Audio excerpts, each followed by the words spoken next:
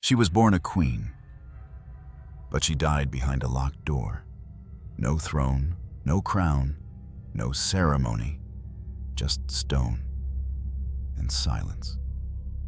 For 46 years, Juana of Castile, known to history as Juana la Loca, Juana the Mad, was imprisoned in a cold chamber in Tordesillas. She wasn't sentenced. She wasn't tried. She wasn't even ruled insane by a court of law. But she was inconvenient, too emotional, too devout, too in love. And love, true, ferocious, uncontainable love, has always frightened kings. Imagine this. You are queen of one of the greatest kingdoms in Europe. You carry the blood of Isabella and Ferdinand. You marry a man called the Handsome, and you love him with a fire that consumes your soul. Then he dies. Young, suddenly, suspiciously. You weep, you break, you refuse to let go. You hold his hand long after it grows cold. You sleep beside his coffin. You carry his body across winter roads, whispering prayers into velvet. And they call you mad. But what if it wasn't madness? What if it was grief? What if it was betrayal? What if locking her away wasn't to protect her, but to silence her? When Juana died, there were no bells, no mourning, no monument, just a body and a legend. She is remembered as the queen who went insane for love. But that's not the whole story. She was not just a woman who lost her mind. She was a woman they erased because her heart refused to obey.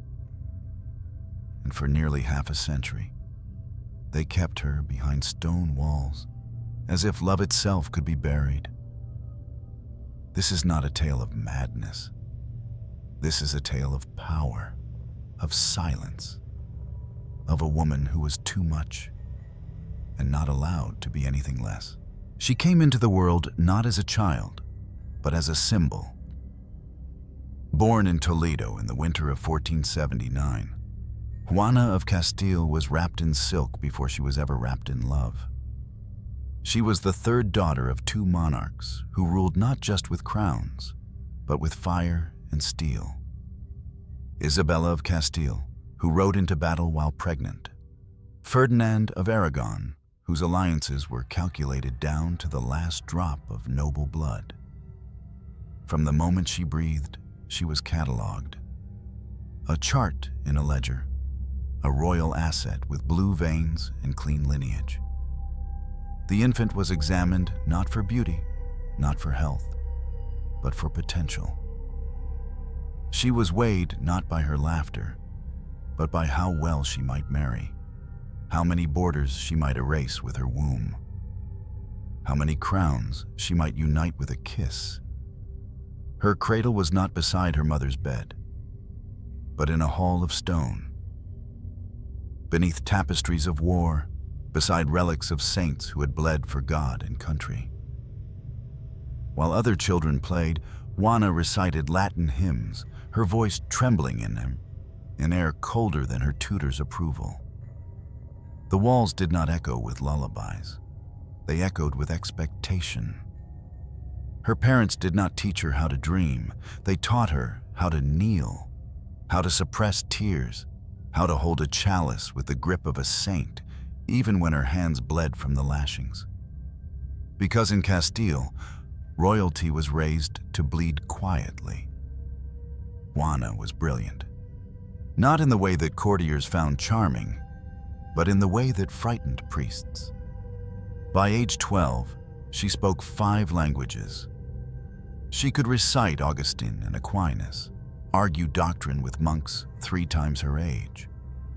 When a bishop once tried to correct her on a point of scripture, she smiled and quoted him back, line for line. But brilliance in a boy is called genius. In a girl, it is called danger. Her mother noticed the sharpness early. "She questions too much," Isabella once said. "A queen must obey not only God, but her husband. And a wife who questions rules nothing." So Juana was taught to fold. Fold her mind, fold her spine, fold her heart into something softer, more suitable, more royal.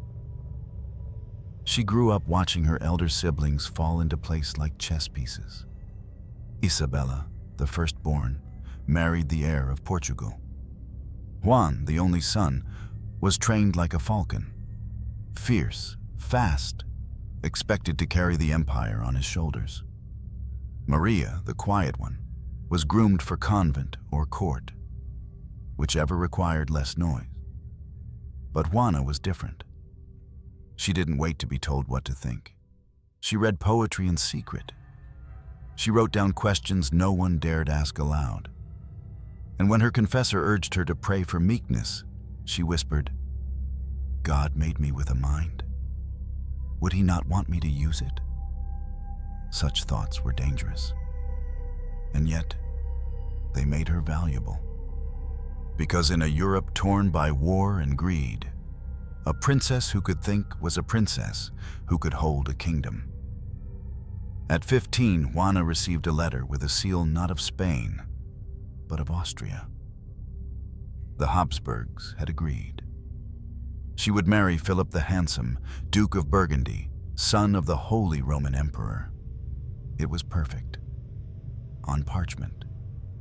Two royal houses would unite, two crowns would merge, and a girl with too many thoughts would be sent far, far away. No one asked Juana if she wanted this. A ship was prepared, a trousseau sewn. She was measured for gowns, not for happiness. She was kissed goodbye, not by affection, but by duty. "Remember," her mother whispered, "you carry Spain in your belly now." And just like that, the child was gone. The voyage was cruel. Storms howled. Waves slammed against wood like fists. Servants whispered of omens. But Juana stood firm, rosary in hand, eyes locked on the eastern horizon. She did not weep. She did not beg. She did not flinch. But inside, she was breaking. Not from fear, but from knowing she would never again belong to herself. Flanders greeted her with suspicion.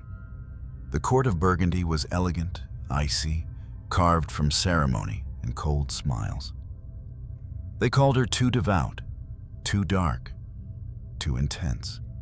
Where their women laughed with wine, she fasted. Where they flirted, she knelt in prayer.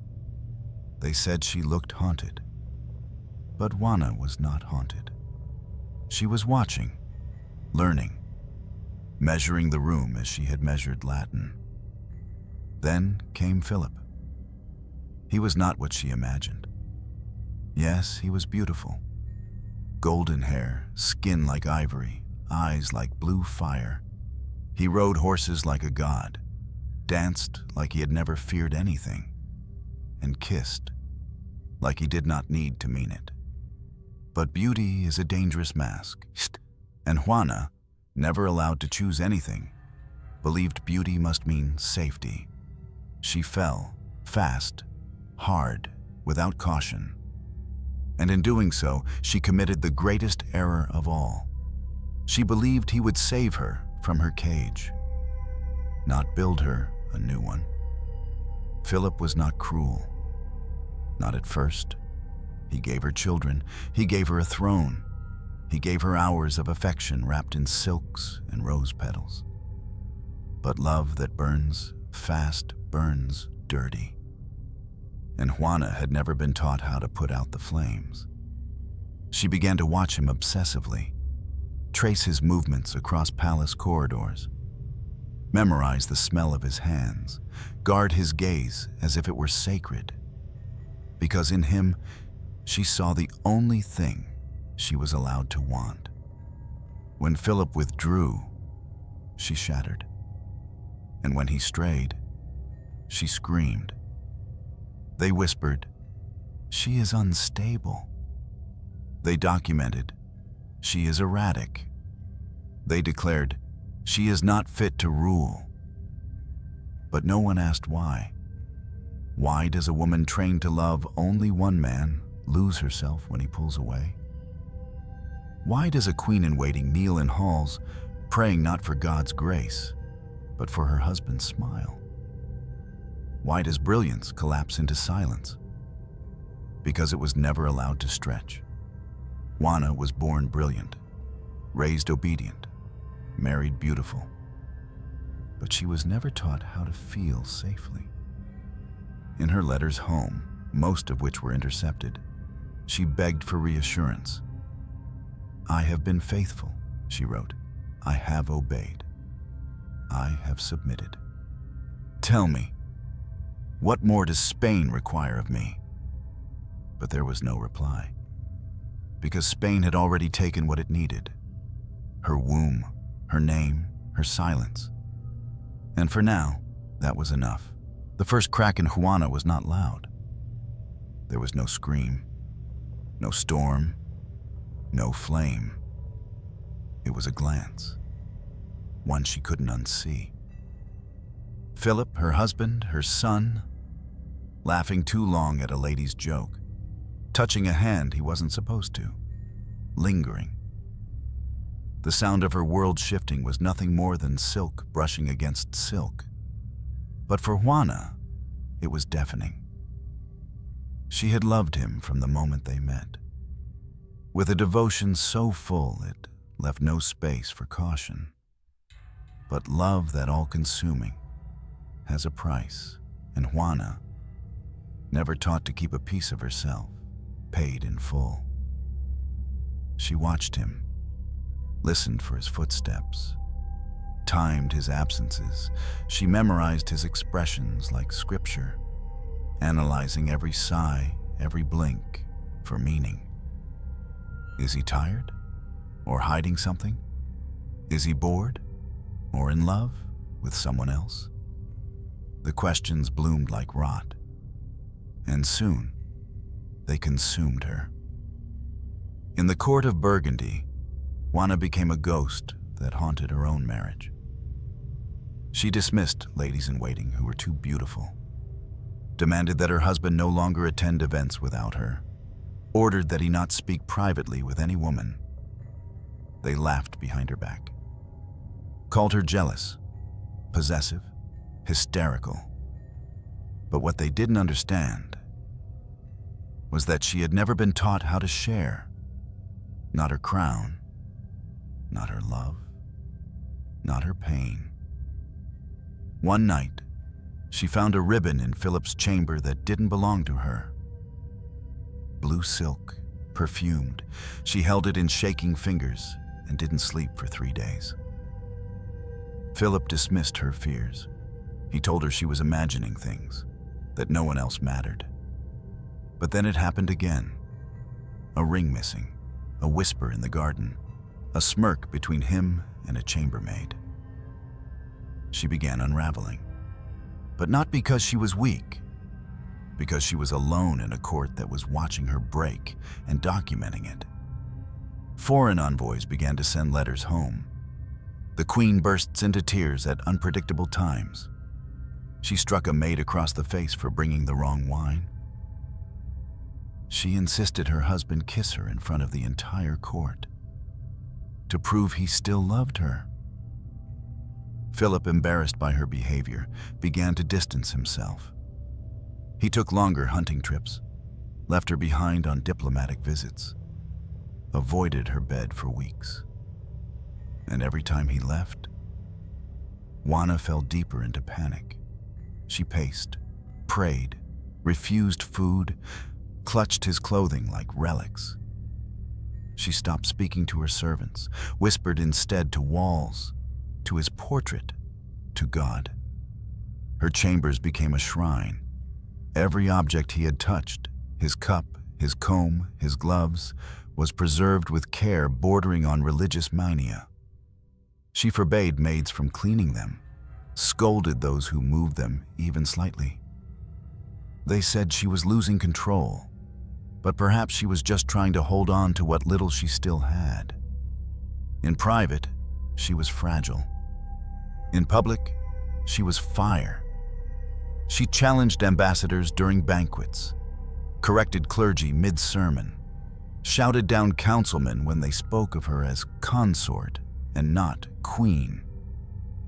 They called her difficult, but behind the curtain, in rooms with no witnesses, she cried like a child. Not because she was mad, but because no one ever taught her how to grieve without being punished. Philip's advisors began to circle. They whispered of madness, of unfitness, of instability.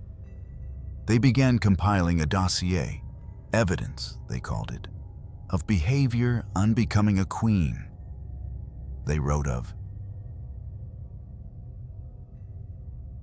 her refusals to eat when Philip was away, her fits of rage, usually followed by hours of catatonic silence, her obsession with religious rituals and self-flagellation, her tendency to wander the halls at night, muttering to herself. But they never wrote about the loneliness, or the betrayal, or the fear that gripped her heart like a vice, because those things cannot be archived, only felt. Then came the moment they had been waiting for. Juana, convinced that one of her maids had slept with Philip, attacked her with a candlestick. The blow was minor, just a gash, but the court erupted.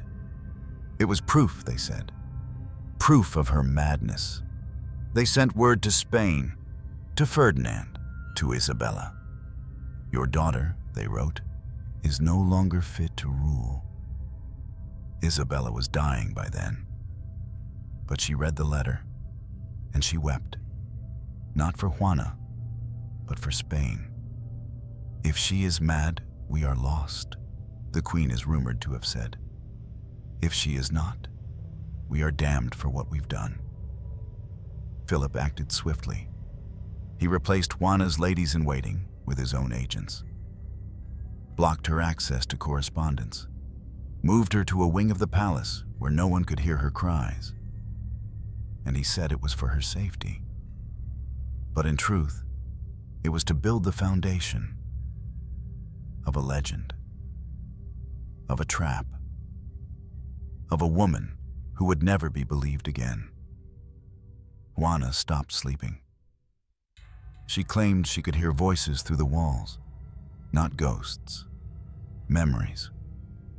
Of her mother's cold advice, of her father's sharp prayers, of Philip's laughter in someone else's bed. She whispered to statues, lit candles in rooms that had no altars, and she began to say things no one could explain. The crown is heavy, but I cannot remove it. He is gone, but I still feel him beside me. There are prayers inside my bones that never stop. And then, finally, one night, she screamed. So loud the windows shook, so long her throat bled. And when they burst into the room, they found her on the floor, rocking herself over and over, whispering one name. Philip. Philip, Philip, that moment, frozen in time, etched in rumor, was the nail in the coffin. From then on, she was no longer Juana, Queen of Castile. She was Juana la Loca. But here's what they never said. She never tried to hurt her children. She never turned violent again. She still prayed, still recited Latin, still held court when allowed. She was not mad. She was broken.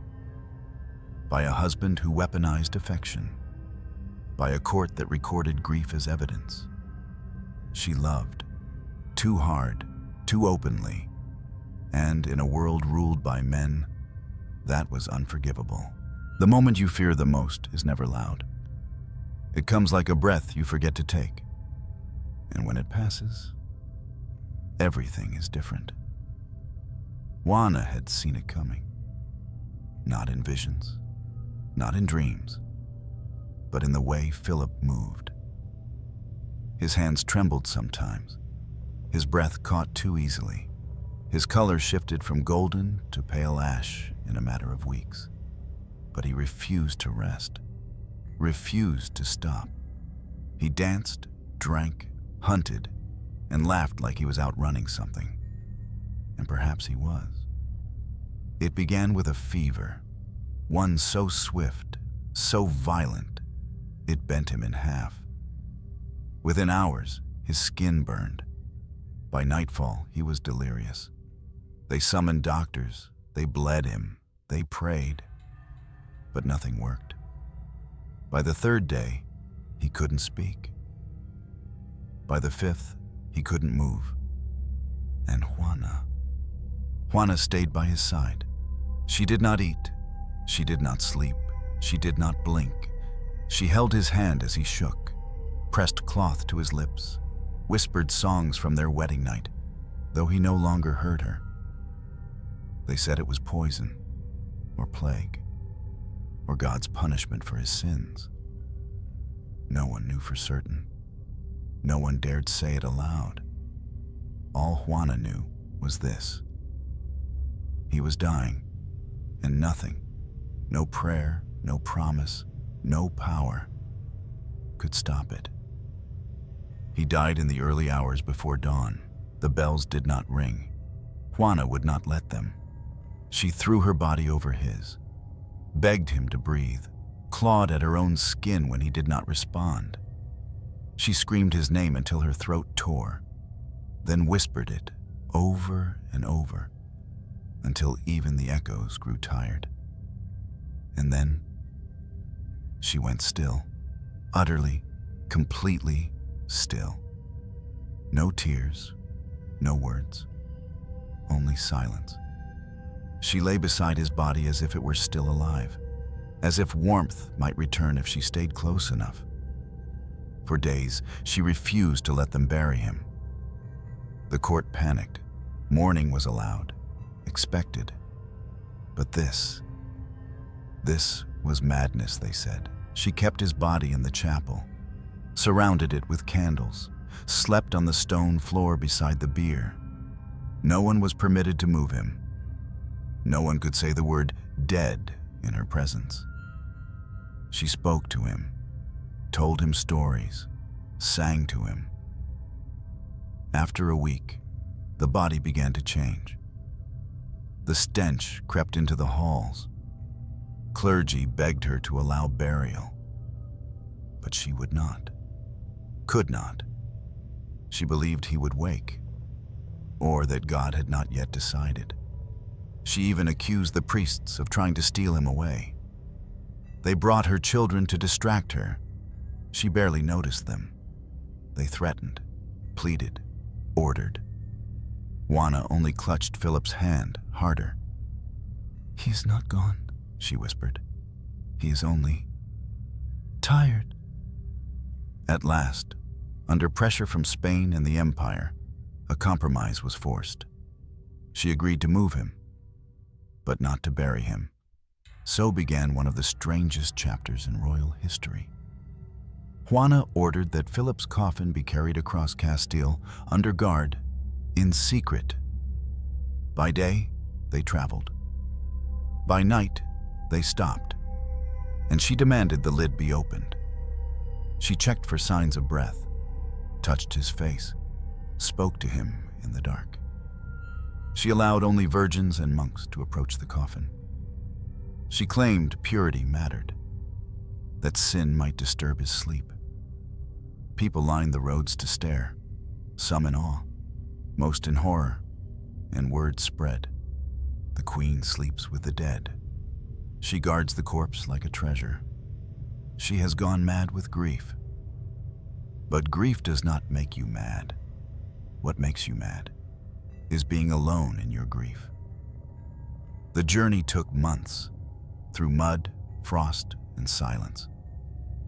She refused to enter towns where women lived, refused to hear church bells, refused to let the body out of her sight. At every stop, she lit candles, kissed the velvet that covered him, spoke his name into the wind. Mi Felipe, my son, my king, my only.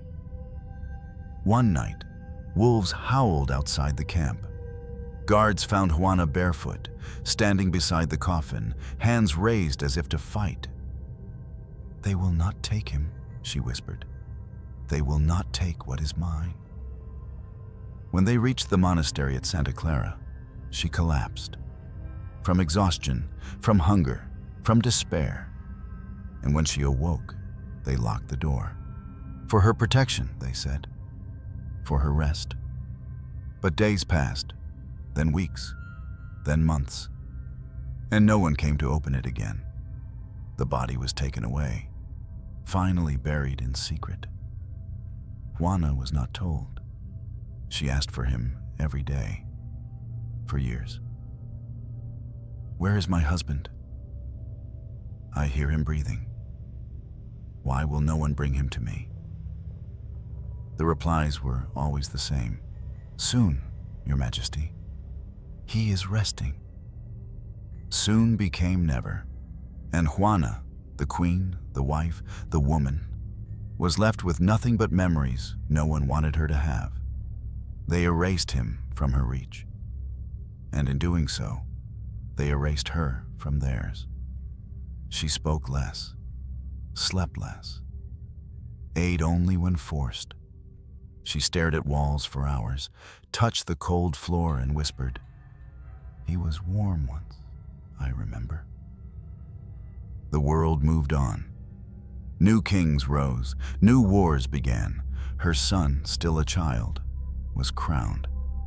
But Juana remained, locked, alone, waiting for a door to open that never would. And so they said again, "She is mad." But madness was never the crime. It was how she loved, and how she refused to stop. Madness can be pitied. But power wrapped in madness? That must be destroyed. Juana of Castile had lost her husband, but not her title, not her bloodline, not her claim to the throne. And in that fragile gap between grief and royalty, power began to shift. Because while Juana slept beside a coffin, the world changed. Her mother, Queen Isabella, died, and with her, the delicate balance of Spain fractured. Juana became the rightful queen of Castile, by law, by blood, by inheritance. But she was not crowned, because no one wanted a queen who spoke to ghosts. In the vacuum, Philip's advisors moved first. They brought the young Prince Ferdinand, just a boy, and whispered into his ears, "Your mother cannot rule. You must." They pressured Juana to abdicate. She refused. She may have mourned. She may have wept. But she remembered who she was. "I am the daughter of Isabella, the Queen of Castile. The crown is mine." That sentence terrified the men in power more than her silence ever did, because it meant she knew. She knew that the only thing keeping them from controlling Spain was her. Philip's former allies turned cold. Clergy began to distance themselves. Advisors, once polite, now addressed her like a patient, not a monarch. And her own father, Ferdinand, returned to Castile. Not to mourn his daughter's suffering, but to remove her from the board. He arrived with letters, doctors, parchment bearing seals of holy men and military officials. Not one asked how she felt, only whether she would step aside. Juana met them in a stone chamber, eyes hollow, voice steady. "The crown is mine. I do not hand over what God has given." It was not a scream, not a plea. It was a declaration. They recoiled, because mad women cry. But queens who resist, they become problems. And so, a new narrative was born. Not just of madness, but of danger. They said she was talking to spirits, saying mass in her sleep, plotting rebellions from her locked room. None of it was true. But truth no longer mattered. What mattered was silence. In Seville, sermons were held. Preachers described the ungodly queen who defied male guidance. Pamphlets whispered of darkness in the bloodline. Clergy claimed to dream of her being consumed by fire. And all the while, Juana sat alone in a monastery room, waiting for a husband already buried. But silence is never truly silent. In the streets of Castile, the people began to murmur. They remembered Juana as kind, as faithful, as strong. "She weeps like us," they said. "She mourns like a woman, not like a throne." Candles were lit outside abbeys. Portraits appeared in village churches. Some even prayed for her return. This terrified the crown more than any in the army. Because a mad queen is sad. But a mad queen with followers? She is a revolution waiting to happen. Ferdinand acted quickly. He summoned theologians, historians, doctors. They wrote pages of reports, all concluding the same thing. Juana is unfit. Her condition endangers the unity of Spain. No one questioned why she was dangerous, only what to do with her. In public, they called her beloved. In private, they called her la incómoda, the uncomfortable one, because she was too visible to kill and too royal to release. So they did what power always does when threatened. They locked her tighter. Her rooms were sealed, her letters intercepted, her children kept far away. Even sunlight became a privilege. One window, one candle, one meal a day. Not a prisoner, they said. A protected queen. But the stone said otherwise. Guards rotated every 6 hours, not to defend her, but to ensure she spoke to no one. When a maid brought her food and heard her humming a lullaby, she was replaced the next morning. When a priest offered her communion and kissed her hand, he was reassigned to Flanders. When her portrait began appearing again in churches, they banned her image entirely, and then they rewrote the story. In books, in sermons, in law, they called her the Mad Queen. They said she spoke in tongues. They said she tried to bite a bishop. They said she cursed God in her sleep. None of it was real, but none of it had to be, because history belongs to the ones who write it. But Juana, she remembered. She remembered the throne room, the velvet, the crown so heavy it hurt her spine. She remembered her mother's last words, her son's eyes, Philip's breath as it faded. She did not scream, she did not plot. She simply refused to forget. And that made her dangerous, because forgetting is what keeps kingdoms clean. Forgetting makes martyrs disappear.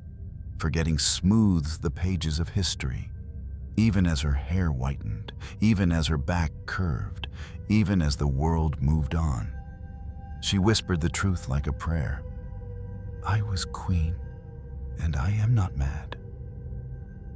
The final blow came from her own blood.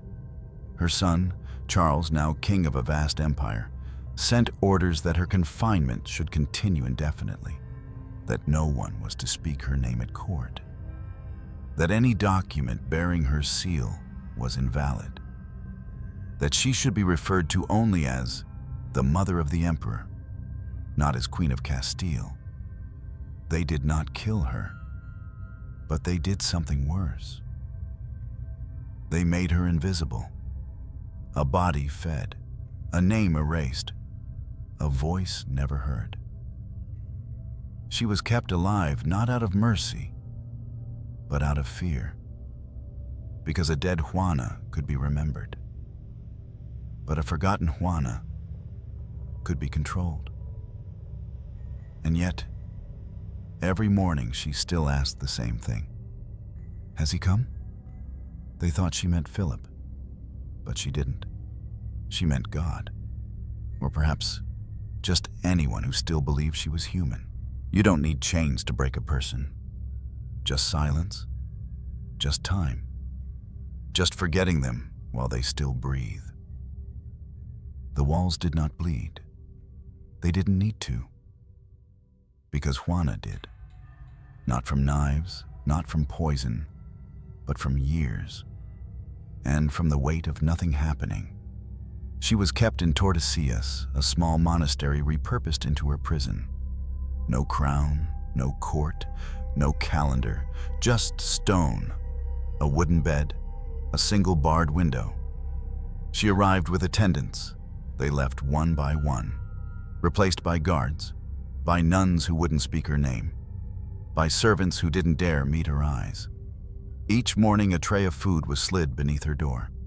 Each night her room was locked, twice. They said she was volatile, but they never asked why she stopped speaking. They feared she might scream, but never wondered why she whispered instead. They claimed she forgot her name, but perhaps she only stopped offering it to those who didn't deserve it. Years passed. At first she waited, sat by the window, listened for footsteps, but they never came.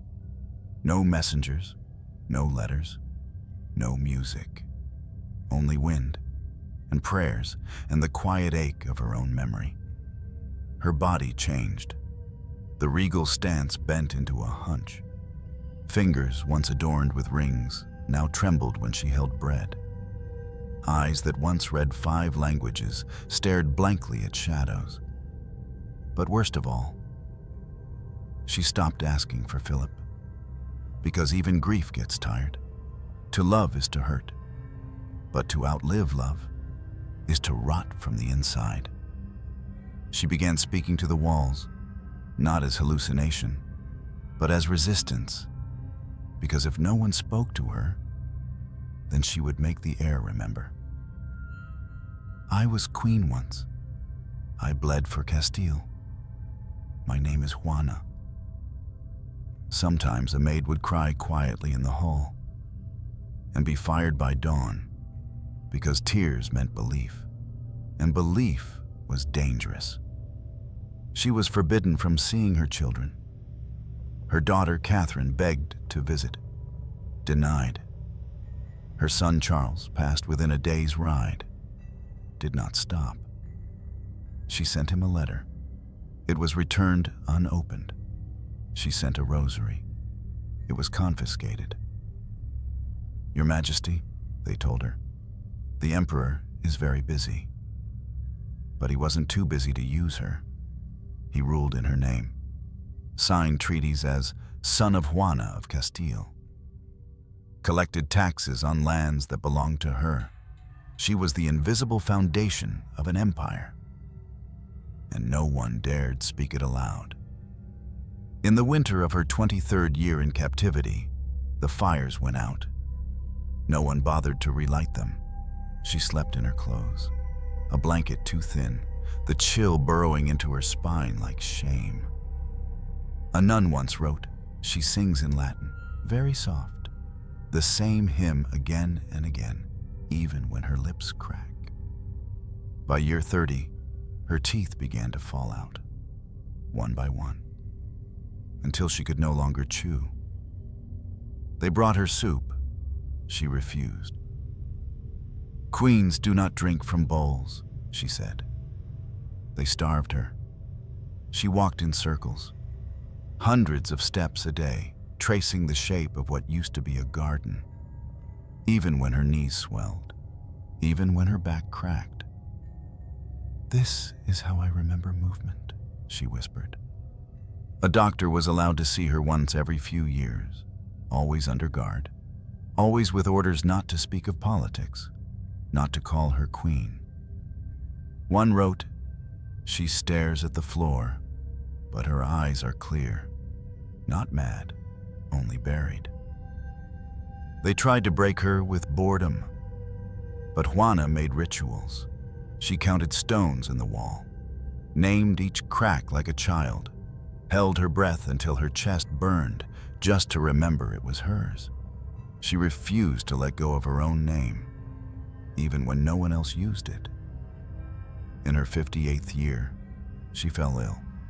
Fever, shivers, a cough that rattled. Still, they waited. Still, they watched. Still, they recorded. A nun wrote, "She asks if the stars still exist, if the world outside has changed, if her son still remembers the sound of her voice. We do not answer. We are not allowed." In her final decade, she spoke less.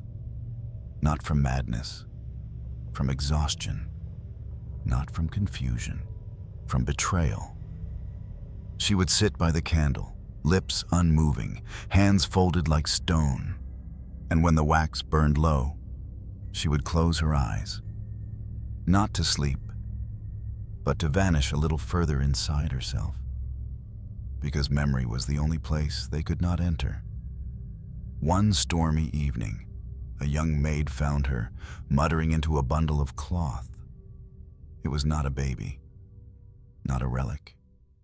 It was a piece of her wedding veil, saved, hidden, clutched.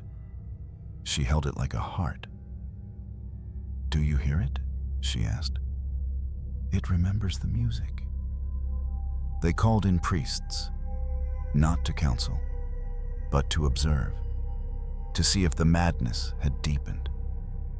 They found her praying, for her mother, for her husband, for the guards outside, not for herself. And still, they called her dangerous, because she remembered, because she endured, because she had not died, despite their best efforts. In the final years, her hands curled inward. She could no longer walk, no longer feed herself. But when they tried to place a crown of ash on her head, part of a ritual for dying royals, she swatted it away. "I wear only one crown," she said, "and they have not taken it from me." In the end, it was not madness that consumed her, not disease, not sorrow.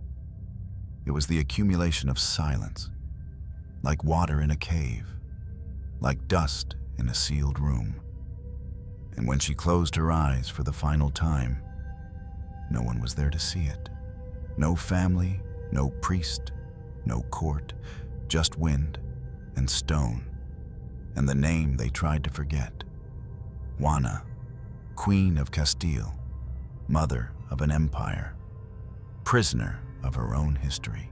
When kings die, bells ring, trumpets sound, crowds gather. But when Juana of Castile died, there was only silence. No heralds, no mourners, no mourning. Only a woman in a cold room, a candle flickering in the draft, and breath. That never came back. It was April, 1555. Spring touched the stone walls of Tordesillas, but it did not enter her room. Juana had not stood in over 2 years. She had not spoken in months. Her hair was white, her hands twisted into knots of frozen flesh.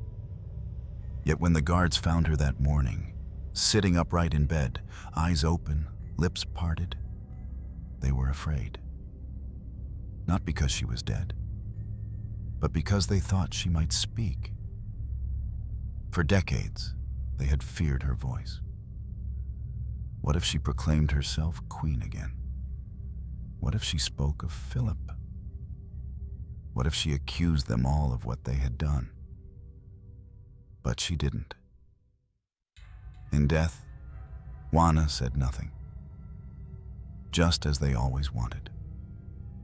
A perfect queen at last, one who could not rule, could not weep, could not remember. The priest arrived an hour later. He was young, too young to know her story.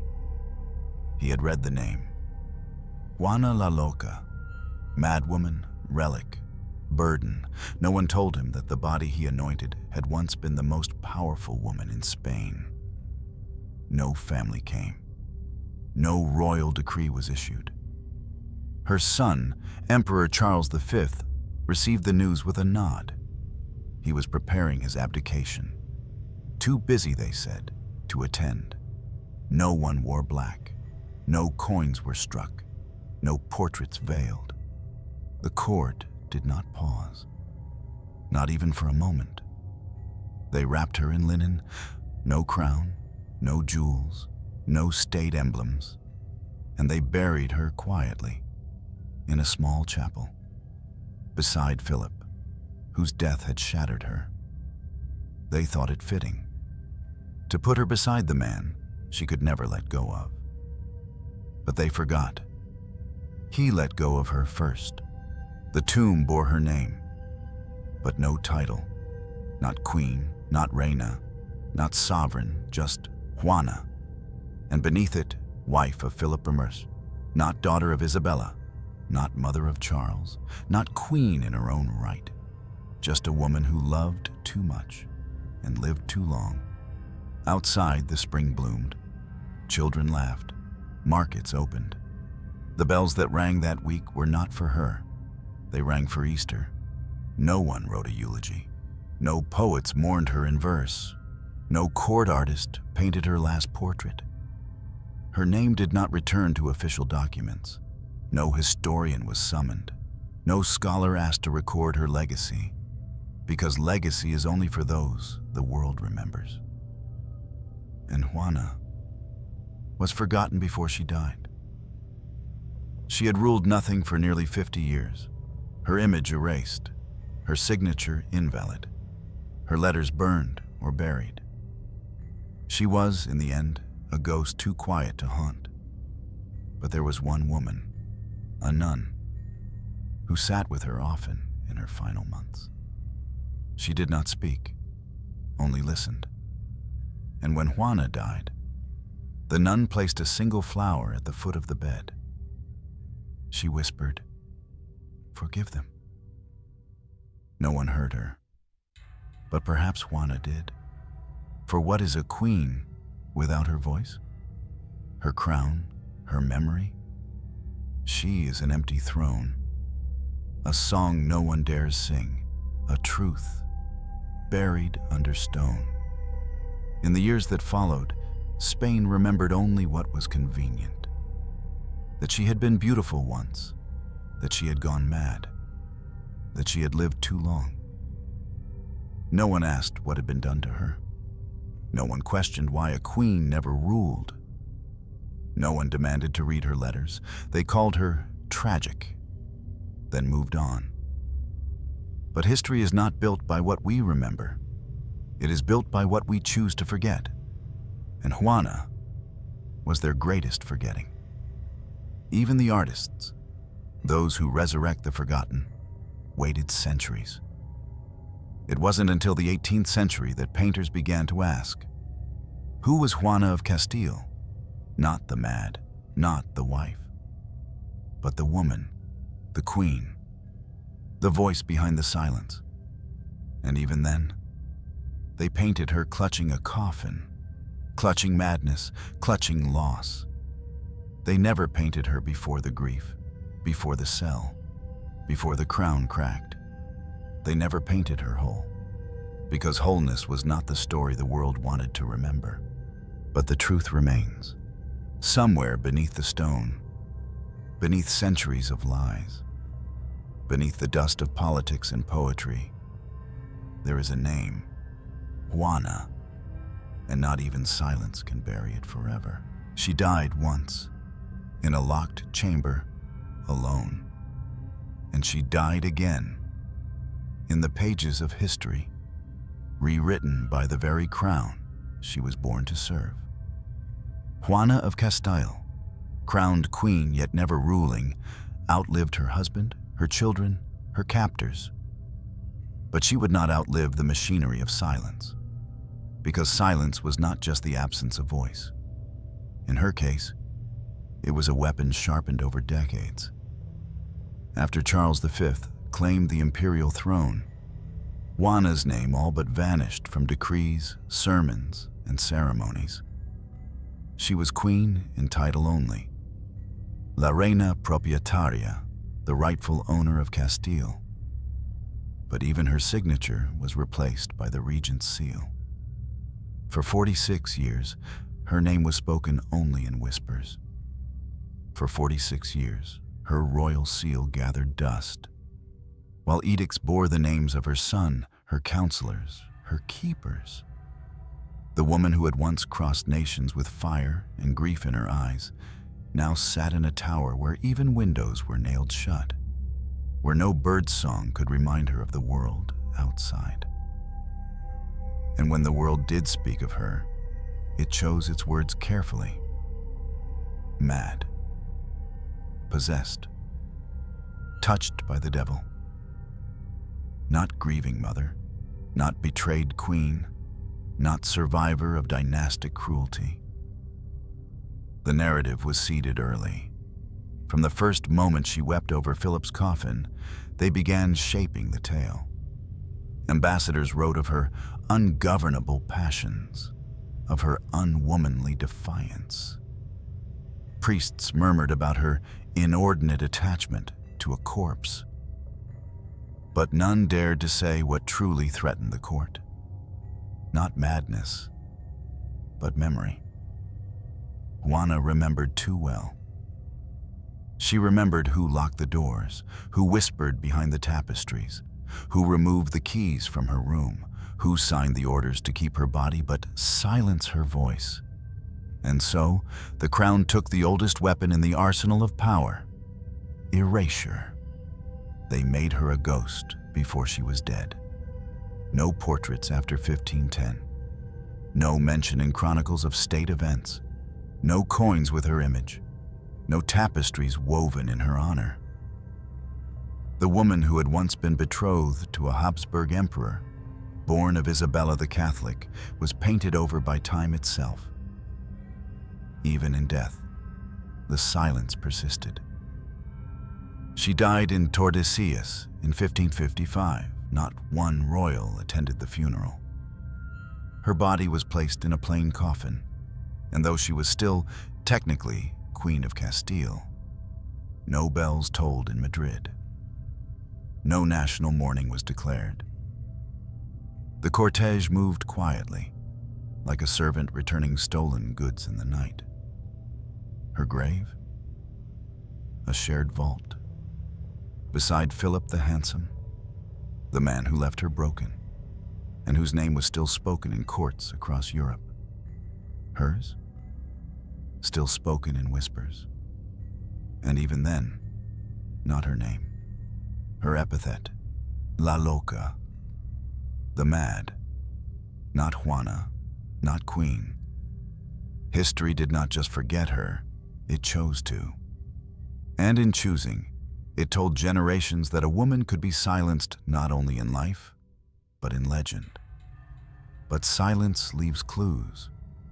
A window sealed with wax, a chair never moved in years, a priest who confessed late in life that she used to sing hymns quietly at dawn, a letter from a jailer's daughter who wrote, "She kissed my hand and asked if the birds still fly." She wasn't mad. She was mourning. She wasn't mad. She was imprisoned. She wasn't mad. She was inconvenient. And so the story they told of the lunatic queen who couldn't rule was not a diagnosis. It was a strategy. Because if Juana were sane, then someone must answer for the locks, the chains, the years. If Juana were sane, then Spain itself would have to reckon with the fact that it buried a monarch alive. But no reckoning came, only silence. And then, centuries later, a whisper grew into a question. What if she wasn't mad? The historians returned. The feminists dug. The playwrights imagined. The artists painted. And somewhere in that new reckoning, Juana rose. Not as a ruler, not even as a rebel, but as a woman who bled, who loved too much, who mourned too long, and who outlived them all.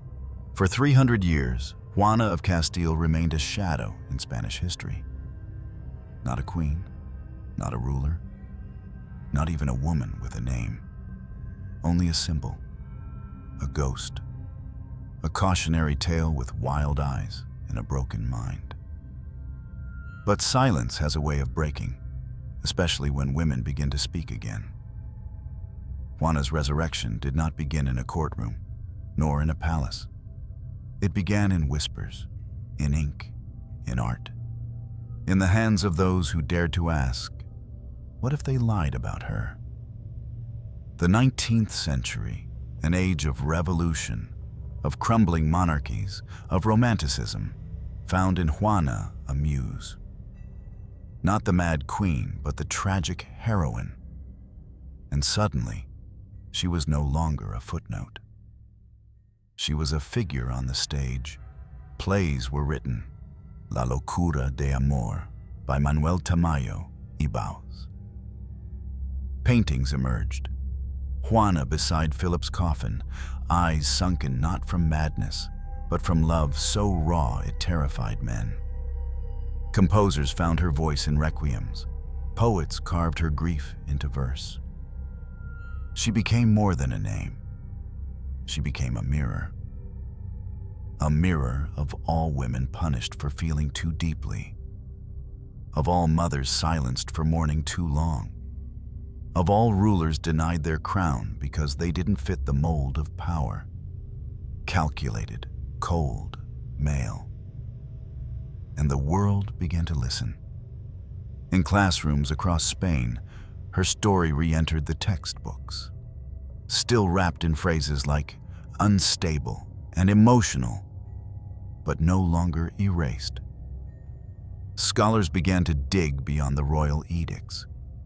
They found letters from her attendants, journals from priests, diplomatic memos once buried in Vatican archives. And those fragments told a different tale. One of confinement, not chaos. One of control, not collapse. One of a woman who remained lucid for decades, asking why she was being held. Juana began to be studied, not as a patient, but as a person. Psychiatrists of the 20th century re-examined her behaviors. Some diagnosed melancholia, others grief trauma. Many believed she never had a mental illness at all. That the true illness was in the court that needed her out of the way. Feminist historians picked up her trail. They noted the pattern. Powerful woman, widowed young, loved fiercely, outlived her usefulness, then labeled crazy. The same story told about so many others. Empress Elizabeth, Princess Diana, Sylvia Plath, Zelda Fitzgerald. Juana, they realized, was not an exception. She was the template. And then came the artists. In 2001, Vicente Aranda's film, Juana la Loca, reimagined her as a woman torn not by madness, but by betrayal. It showed the court politics, the isolation, the sexual control, the pain. It gave her voice back, not the voice of a queen, but the voice of a woman abandoned by history. Viewers cried, debated, researched. Juana trended on Spanish cinema lists. Her image changed. No longer the mad one. Now, the wronged one. Opera houses revived her name. Painters gave her back her face. Writers placed her at the center of novels, no longer in the shadows. And slowly, brick by brick, the tower that had kept her silent began to crumble. Today, at Tordesillas, visitors walk past the convent-turned-prison where she spent nearly 5 decades. Some bring flowers, others leave notes. One reads, "You were never mad. You were just alone too long." At the cathedral in Granada, where her coffin rests beside Philip, the inscription reads simply, Juana de Castile. No mention of madness, no mention of silence, just a name, just a queen. But her truest title? Maybe not queen, maybe not mad woman, maybe reminder that power fears emotion, that history often punishes grief, that a woman's love, when it does not serve the crown, is recast as hysteria. Juana has become more than her story. She has become a lens. For every viewer who weeps watching her walk barefoot beside Philip's coffin. For every reader who wonders what she whispered to the guards. For every woman who sees in Juana not weakness, but resistance. Because silence can break a voice, but memory can raise it again. She was born in silk, raised among theologians, crowned by cardinals, surrounded by portraits of saints and shadows of kings. She was meant to be a queen. But what history made of her, what power made of her, was not a sovereign, not a ruler, not even a person with a voice. They called her Juana la Loca, Juana the Mad, but madness is a name too often used to silence grief. And grief, especially when it wears the face of a woman, is rarely treated with compassion in history. When we look back now at Juana's story, stripped of the myths, freed from the dust of propaganda and centuries of royal edits, we don't see a lunatic. We see a daughter who lost her mother to the cold calculus of empire. A wife who loved a man who loved power more than her. A mother who birthed a dynasty but died in the absence of her children. She became a prisoner, but not just of walls, of expectations, of institutions, of a world that did not know how to deal with a woman who refused to let go of her heart. And isn't that what makes her so painfully relevant? Even today, centuries later, we live in a world that still punishes women for feeling too much, for crying at the wrong time, for grieving too long, for loving too deeply. We are told to move on, to smile more, to stop being dramatic. But Juana never played by those rules. She didn't smile when they buried her husband. She didn't obey when they took her child. She didn't get better in the timeline power demanded. And so, they labeled her mad and shut the door for 46 years. Her silence is the most haunting part of her story, not because it proves insanity, but because it proves how easy it is to disappear someone once they no longer serve the system. Juana's greatest crime was not rage. It was presence. She was there, alive, breathing, still asking questions, still insisting that she mattered. And for a system built on control, that kind of persistence is intolerable. So they called her mad and left her with no mirrors, no visitors, no voice. But the body remembers, and history, even when buried, finds its way to the surface. So what can we take from her story? Not just sadness, not just pity, but clarity.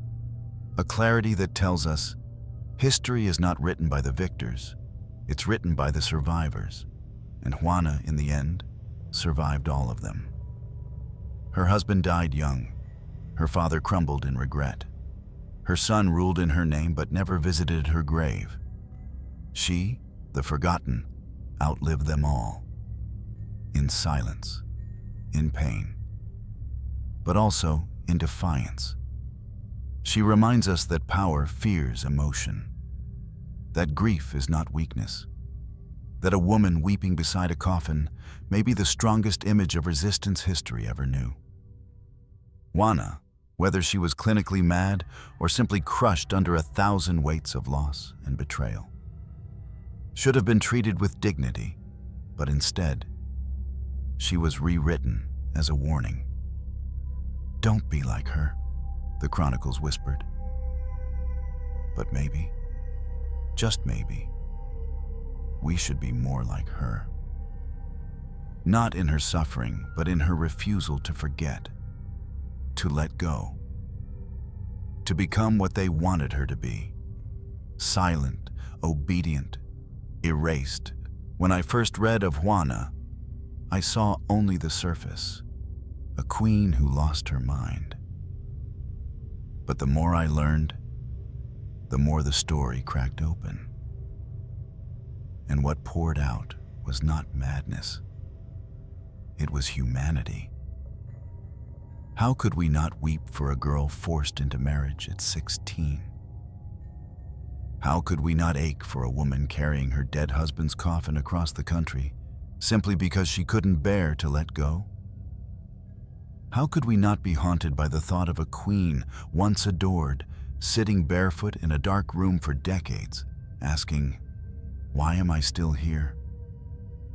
Juana was not just a historical figure. She is every person ever made to feel small for loving too much.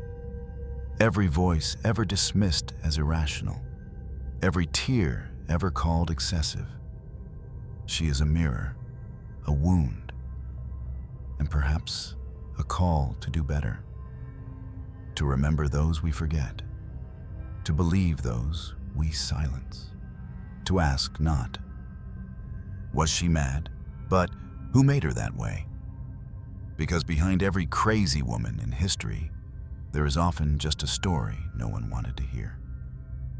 And now, you've heard hers. Juana did not rule, but her story reigns now. And that, perhaps, is the justice she was never given. Long live the Queen, not in court, but in memory, in truth, and in every voice that refuses to stay silent.